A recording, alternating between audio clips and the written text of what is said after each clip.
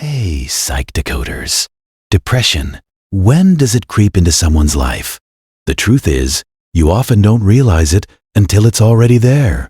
I first experienced depression in middle school. At that age, I didn't understand what was happening inside my mind. I thought depression and sadness were the same thing. When you're young, it's easy to confuse the two because you haven't yet learned the difference. In fact, it wasn't until my 27th birthday that I realized how different they actually are. I remember spending an entire week unable to leave the house. The strange thing was, I wasn't even particularly sad. My mood was actually fine. That was the moment I understood that depression isn't always sadness.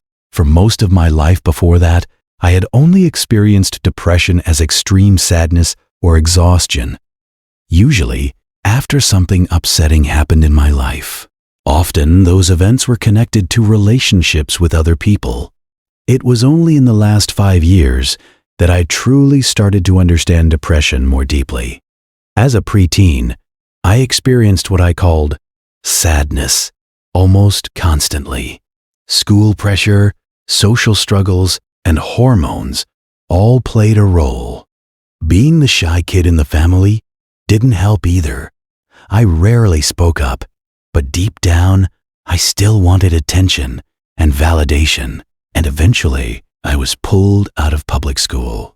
Around the same time, medication caused my weight to increase dramatically. In about 3 months, I went from 110 pounds to around 160 pounds. Looking back at photos from that time, I noticed something striking. Throughout most of that year, I didn't smile in a single picture, not even in a professional family portrait. At the time, I didn't fully realize it, but now I understand that it was deliberate. It was a silent reaction to how I felt about the world. I became bitter, stubborn, and sometimes explosive. Most evenings, I spent alone in my room playing video games or watching television. I never stopped drawing, but I stopped exploring other creative outlets, like writing or collage. One of the lowest moments came after a particularly upsetting incident of self-harm. I tried to hide it with a bowling glove, but that only drew more attention to it. Before long, the secret was out, which only made me double down on attention-seeking behavior. Depression continued to appear throughout the next decade, but a more chronic form arrived in my late 20s. I had finally completed my bachelor's degree, but the job market was difficult, especially where I was living in Atlanta. Eventually, I decided to apply to graduate school. Undergraduate years had been one of the happiest times in my life. Graduate school, however, was much more complicated. During that time, I experienced persistent bouts of both depression and anxiety. I became less social and often spent hours lying on the couch, either scrolling through my phone or doing nothing at all. Sometimes I would just stare at the ceiling or bury my head between the pillows and cushions. Much of graduate school felt overshadowed by anxiety and depression, constantly feeding into each other. However, that period also pushed me to become more proactive about my mental health.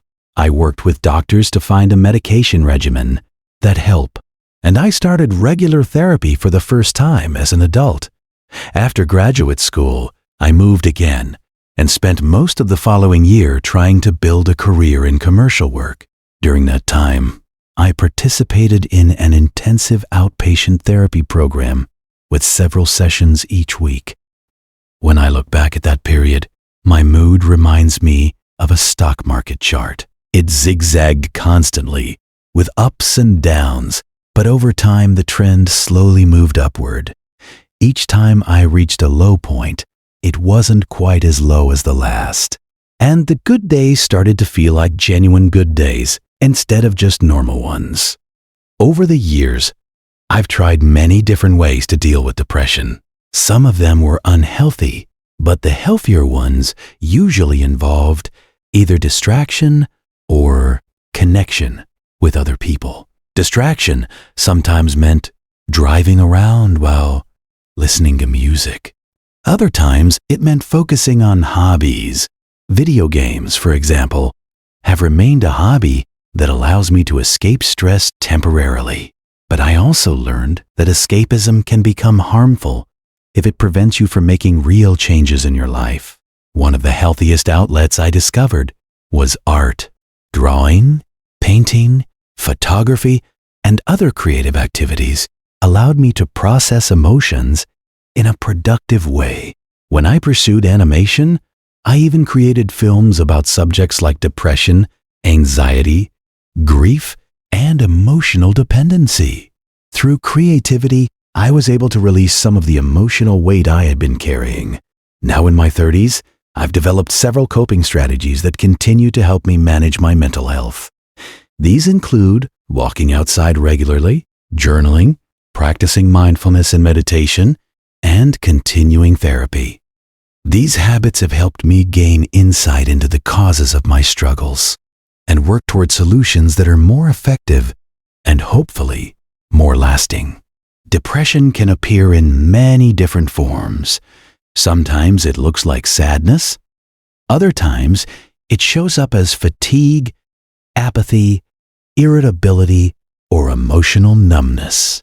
One of the most difficult things about depression is that when it's at its worst, it can convince you that its distorted view of reality is the truth. That makes it incredibly difficult to recognize what's actually happening. Overcoming depression is not a single action or a quick solution. It's a long process built on small efforts repeated over time. Sometimes you may feel like you're fully in control. Other times, you may only manage to steer yourself slightly in the right direction. And often, the hardest step is simply trying. That might mean getting out of bed, taking a short walk, reaching out to a friend, or doing something small that helps improve your mood. Recovery takes time, and it's rarely a straight line.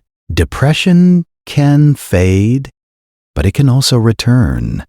That's why building healthy habits and treating yourself with compassion is so important. Everyone experiences depression differently. So, now we'd like to hear from you. How has depression affected your life? And what strategies have helped you cope? Sharing your experience might help someone else realize they're not alone. Thanks for watching, and take care of yourself.